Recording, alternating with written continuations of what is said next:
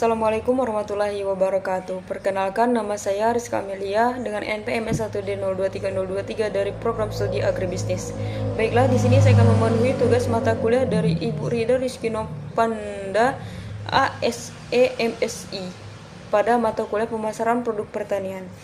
Di sini saya mengangkat topik yaitu analisis saluran pemasaran kokoyam dan talas pada studi kasus perbandingan Afrika Selatan dengan daerah Bengkulu, di mana jurnal yang saya review dilatar belakangi oleh kokoyam yang merupakan komoditas pangan penting bagi rumah tangga pedesaan di Afrika Selatan, namun sistem pemasarannya yang masih dominan informal dan kurang terintegrasi dengan pasar formal.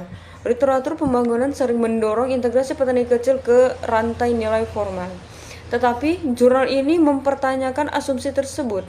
Secara argumentatif, masalah utama bukan sekedar akses pasar formal, melainkan rasional ekonomi petani kecil dan memilih saluran yang meminimalkan risiko dan biaya transaksi. Selanjutnya pada slide kedua yaitu tujuan daripada penelitian itu sendiri, di mana yang pertama yaitu untuk mengidentifikasikan karakteristik petani kokoyam itu sendiri. Yang kedua, menganalisis faktor yang mempengaruhi keputusan produksi kokoyam itu sendiri. Yang ketiga, mengidentifikasikan saluran pemasaran yang digunakan. Yang keempat, menganalisis determinan pilihan saluran pemasaran.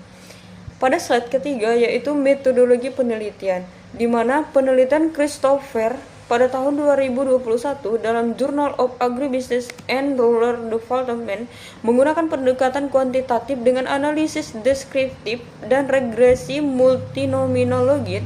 Studi dilakukan di Afrika Selatan terhadap 174 petani kecil kokoyam yang dipilih secara purposive dan snowball sampling, di mana di sini data dikumpulkan melalui kuesioner terstruktur terkait karakteristik sosial ekonomi dan pilihan saluran pemasaran. Modal multinomial logit digunakan untuk mengidentifikasikan faktor-faktor yang mempengaruhi keputusan petani memilih farm gate pada pedagang informal atau pasar formal pada tingkat signifikasi 5% atau P kurang dari 0,05. Dengan temuan utamanya antara lain 89% petani menjual di farm gate atau langsung ke konsumennya itu sendiri. Kemudian faktor signifikan diantaranya meliputi usia, jumlah anggota keluarga, jarak ke pasar, pendapatan tambahan, dan harga yang akan diterima oleh petani. Kemudian harga dan pembayaran langsung menjadi faktor yang paling dominan yang akan diteliti. Kemudian yang keempat, pasar formal hanya dipilih petani yang berpendidikan, berpengalaman, skala usaha yang lebih besar, dan anggota koperasi. Selanjutnya yaitu analisis konsep pemasaran produk pertanian, di mana di sini terdapat 3 poin.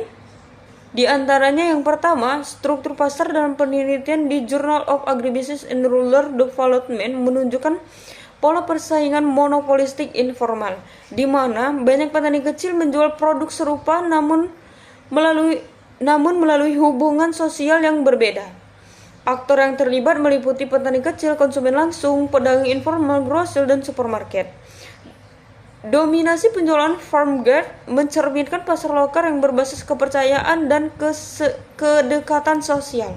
Kemudian yang kedua yaitu saluran distribusi yang paling dominan yaitu petani langsung ke konsumen atau farm gate, karena lebih sederhana, biayanya yang lebih rendah, pembayaran tunai terjamin, saluran melalui pedagang atau pasar formal relatif lebih sedikit digunakan.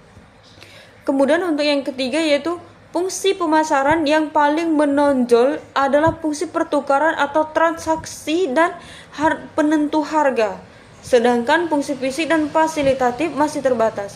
Hal ini menunjukkan sistem pemasaran masih sederhana dan belum terintegrasi secara modern. Selanjutnya yaitu perbandingan dengan menjual talas di Bengkulu, di mana di sini hasil perbandingan antara komoditas talas atau Colocasia esculenta di Bengkulu. Berdasarkan hasil wawancara saya dengan beberapa responden penjual di pasar tradisional, talas dipasarkan langsung ke pasar atau melalui pengepul lokal dengan sistem pembayaran tunai, tanpa kontrak formal dan tanpa keanggotaan koperasi. Harga cenderung fluktuasi tergantung musim dan ketersediaan pasokan daripada talas itu sendiri. Kemudian untuk persamaannya itu sendiri, baik pada kasus kokoyam di Afrika Selatan maupun talas di Bengkulu, pemasaran didominasi pasar informal. Petani atau penjual lebih mengutamakan harga yang langsung diterima dan kepastian pembayaran tunai. Skala usaha relatif kecil serta belum terintegrasi dengan supermarket yang modern. Secara analitis, kondisi ini menunjukkan bahwa pasar informal tetap menjadi pilihan rasional karena lebih sederhana, fleksibel, dan berisiko rendah bagi pelaku usaha kecil, meskipun peluang peningkatan nilai tambah menjadi terbatas. Slide selanjutnya yaitu perbedaan dan faktor penyebabnya, di mana perbedaan di Afrika Selatan, petani banyak menjual langsung di farm gate sehingga rantai distribusi lebih pendek dan harga diterima lebih optimal. Sementara itu, yang terjadi di Bengkulu adalah petani menjual ke pedagang pasar terlebih dahulu sehingga adanya perantara pengambilan sebagian besar margin keuntungan. Selain itu, dukungan koperasi dan akses pasar formal di Afrika Selatan lebih terstruktur dibandingkan di daerah Bengkulu. Adapun faktor penyebab perbedaan tersebut yaitu yang pertama, adanya infrastruktur dan dukungan kelembagaan yang berbeda. Yang kedua, akses formal pasar di Afrika Selatan relatif lebih terstruktur. Kemudian yang ketiga yaitu di Bengkulu, sistem lebih berbasis relasi sosial dan fleksibel informal. Adapun rekomendasi strategi yang disarankan, yang pertama yaitu penguatan kelembagaan dan informasi pasar, di mana pemerintah daerah perlu membentuk koperasi pemasaran talas yang menyediakan informasi harga yang real time, mengonsolidasikan volume produksi serta memperkuat proporsi tawar. Kemudian yang kedua, pengembangan sistem pembayaran cepat dan rantai distribusi yang pendek, di mana pengembangan skema pembayaran digital cepat dan model kontak farming dengan jaminan pembayaran mingguan.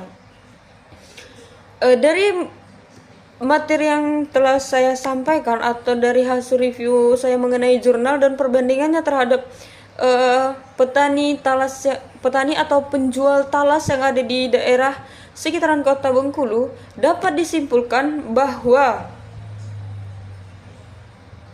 dengan dapat disimpulkan bahwa dominasi pasar informal merupakan pilihan rasional petani kecil untuk meminimalkan risiko, biaya transaksi, dan ketidakpastian pembayaran.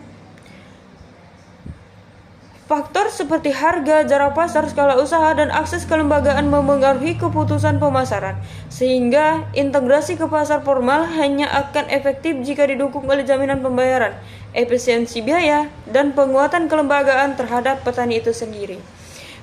Baiklah, mungkin itu saja hasil review saya.